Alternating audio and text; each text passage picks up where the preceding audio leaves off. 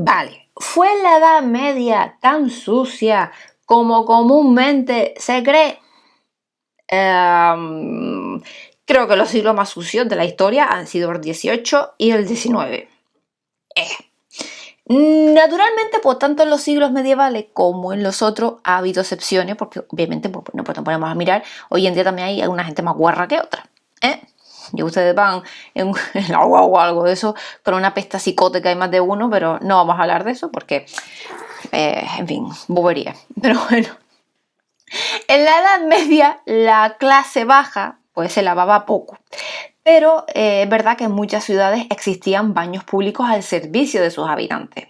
Por ejemplo, Gregorio el Magno, que fue el primer monje que llegó a ser papa, aconsejaba el baño dominical y, bueno, a ver, los baños en general, vamos a decirlo así.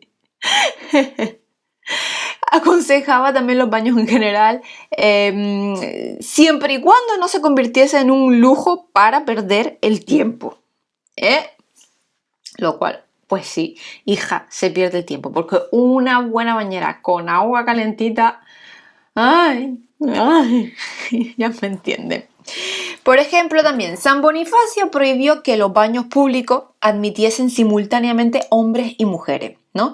Y los llamó seminaria venenata, es decir, o sea, centro de vicio y perversión. Se podrían, bueno, ya citar pues varias prohibiciones referentes a la higiene pública, pero en realidad a lo que la iglesia se oponía era al pecado, no a la higiene. Por ejemplo, también el Papa Adriano ¿vale? Adriano I, recomendó al clero que fuese a los baños todos los jueves. Eso sí, debían ir en procesión. La frase de esa famosa tópica de durante 1000 años estuvo Europa sin lavarse. No, a ver, eso es absolutamente falso. ¿Vale? Porque los monasterios estaba organizado el lavatorio de los monjes, o sea, se recomendaba que se bañasen cada semana y que por lo menos, los sábados se lavasen los piececitos, ¿vale? El afeitado de la cabeza se hacía cada 3 semanas. Y bueno, y sus baños, pues eso consistían en una sencilla, pues verdad, tinas de madera, de roble, de castaño, dependiendo, Y bueno, pues este mismo también de bañera se usaba en las casas particulares, pero en este caso, pues una tela fina o gruesa, eso ya pues depende de los gustos de cada uno, recubría la rudimentaria bañera, pues evitando así pues posibles heridas que pudieran pues provocar esas pequeñas astillas, ¿no? Que se pudieran haber quedado. Bueno.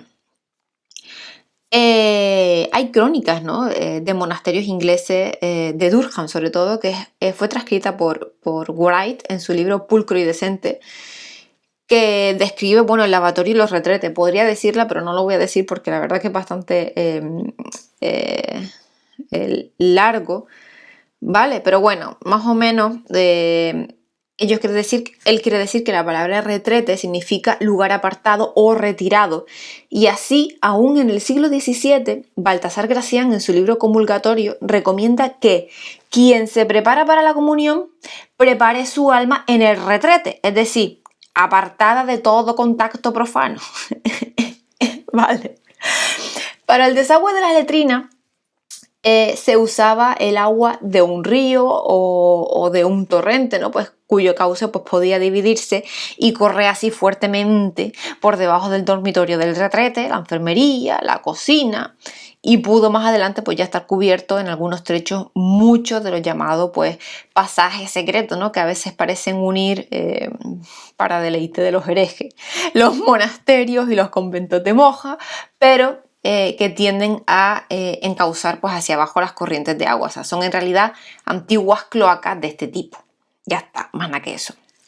A ver, otra cosa. Como no había papel higiénico, se usaban pues grandes hojas de los vegetales de la huerta, trozos rasgados de tela y en los hogares pues más ricos, más pudientes, esponja como los romanos. Pero la verdad que estas eran muy caras y un objeto de lujo.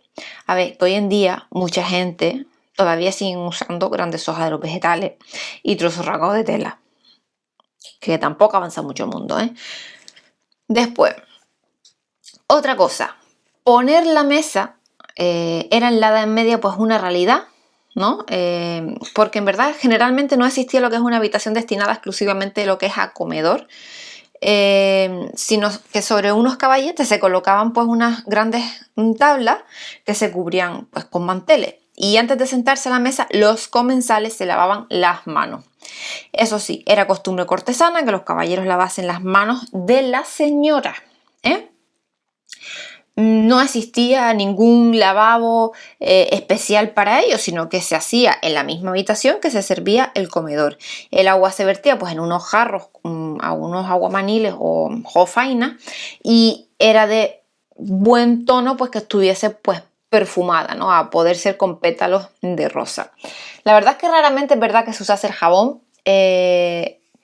porque incluso en países como Inglaterra no empezó a fabricarse hasta el siglo XIV. ¿Vale? Bueno, pues después nada, una vez ya sentados sobre la mesa, se servían los manjares que se cogían con los dedos, las sopas, claro está, pues se comían con cuchara, y la carne pues se cortaba con el cuchillo, porque al fin y al cabo el tenedor pues era un gran desconocido para aquello. Fue una princesa bizantina quien lo introdujo en Italia a raíz de su boda, y Catalina de Medici quien lo introdujo en Francia, pero en verdad su uso fue durante mucho tiempo considerado como un signo de afeminamiento, ¿eh? Y bueno, pues nada, terminada la comida ya volvían los comensales a lavarse las manos y así. Entonces, también es verdad que era costumbre ofrecer un baño al visitante que llegaba de sitios lejanos, en parte pues por higiene y en parte también para facilitar ese descanso, ¿no? Era de un buen anfitrión. Los daneses también, siguiendo la costumbre de su país, se peinaban a diario, se bañaban todos los sábados, se mudaban de ropa a menudo y hacían uso de otros medios igualmente frívolos, bueno, pues para realzar la belleza de sus personas, ¿no? Las bañeras, cuando las había y no eran sustituidas por tinas, eran grandes, a veces mucho más mayores que las nuestras, lo que permitía que se bañasen, bueno, pues 2 o 3 personas a la vez. Por supuesto, la familia entera y sus invitados se bañaban juntos, porque así se aprovechaba lo que era el agua caliente, ¿no? Porque el acarreo de los litros de agua necesario pues para llenar una bañera desde la cocina pues era bastante difícil, complicado y tedioso. Entonces, la visión de la desnudez en aquella época no era considerada pecado, ni tampoco era una grosería estar desnudo. Se tiene que pensar que en muchas ocasiones, no ya en las casas particulares, sino incluso en los castillos de la nobleza, todos los moradores de la casa y los invitados dormían en una sola habitación, vestidos en invierno y desnudos en verano. O sea, la ropa para dormir no se usó en general hasta el siglo XVI, por si eso no lo sabían. Bueno, pues nada, hasta aquí terminamos. Seguiremos hablando también de esto un poquito más, ¿no? Ahora pues una pequeña introducción, pero está genial hablar de estas cositas, por si no lo sabían. Y bueno, pues nada, nos vemos el próximo día con muchísimo más, así que hasta luego.